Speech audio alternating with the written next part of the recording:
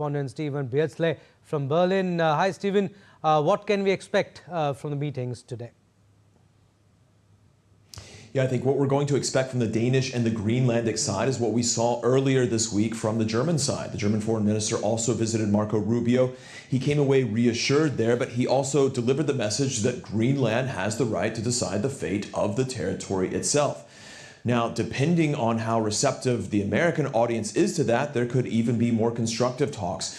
We could imagine talks about NATO, the role that it might play on the territory, and that EU members might play in terms of producing more Arctic military resources, devoting more funds towards that issue in an effort to calm the U.S. administration about their concerns.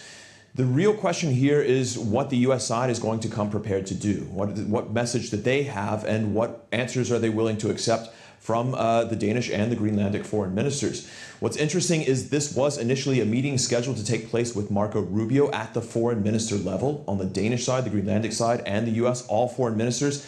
And then Vice President Vance decided to join this meeting, and he's now hosting it. So we know again that whereas Marco Rubio has tried to calm tensions around this issue, especially around the aspect of a possible military intervention, we know that Vance represents the much more bombastic Trump-like side.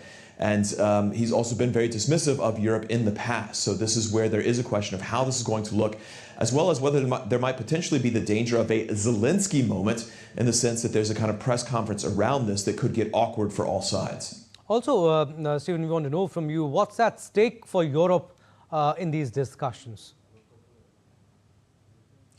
Yeah, from the perspective here in Berlin, also in Paris and other European capitals, you have to keep in mind that the past year has been incredibly damaging for the U.S.-European relationship.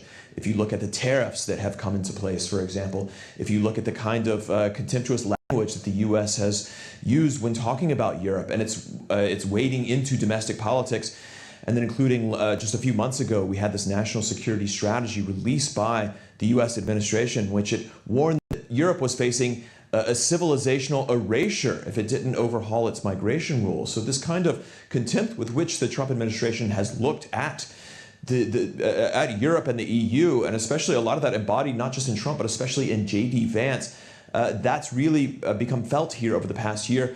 This issue over Greenland is seen as potentially more explosive because it cuts to the heart of NATO and the alliance between the U.S. and Europe. So if there is any kind of military action, if there is any kind of coerced sale, then that really undermines the idea of an alliance between both sides. That would come at a time when Russia has rearmed, and there are a lot of concerns over here about those tensions with Russia. Finally, Europe also very concerned about what sway it has generally in the world, in a world dominated by major players like the U.S., like China. Right now, just look at Iran, the protests going on there, the promise or the kind of suggestion of U.S. intervention coming up. The EU, meanwhile, an advisor or an observer there, and not really an advisor, which it would prefer to be in those kind of cases.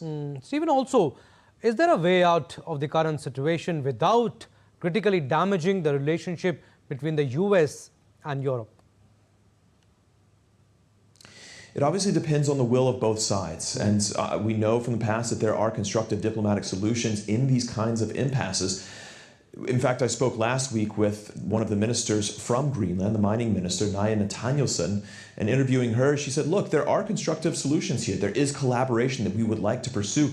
We see ourselves as Greenland within the sphere of U.S. interests. We understand that that is our role. We're taking steps to reduce, if not completely exclude, investment from Russia, from China, from those who are considered foes of the U.S. She said, however, there has to be mutual respect, and that's what Greenland isn't feeling right now. And so I think that speaks to the kind of rupture that's standing in front of both of these regions right now if something isn't done, and that's the danger here. So this is a relationship that has been damaged significantly over the past year. The question is if it's going to be ruptured almost completely.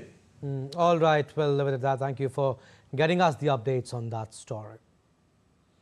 Moving on, a rare show of unity from the world's top central bankers has put the U.S. Federal Reserve at the center of a growing political storm as President Donald Trump renews pressure on Fed Chair Jerome Powell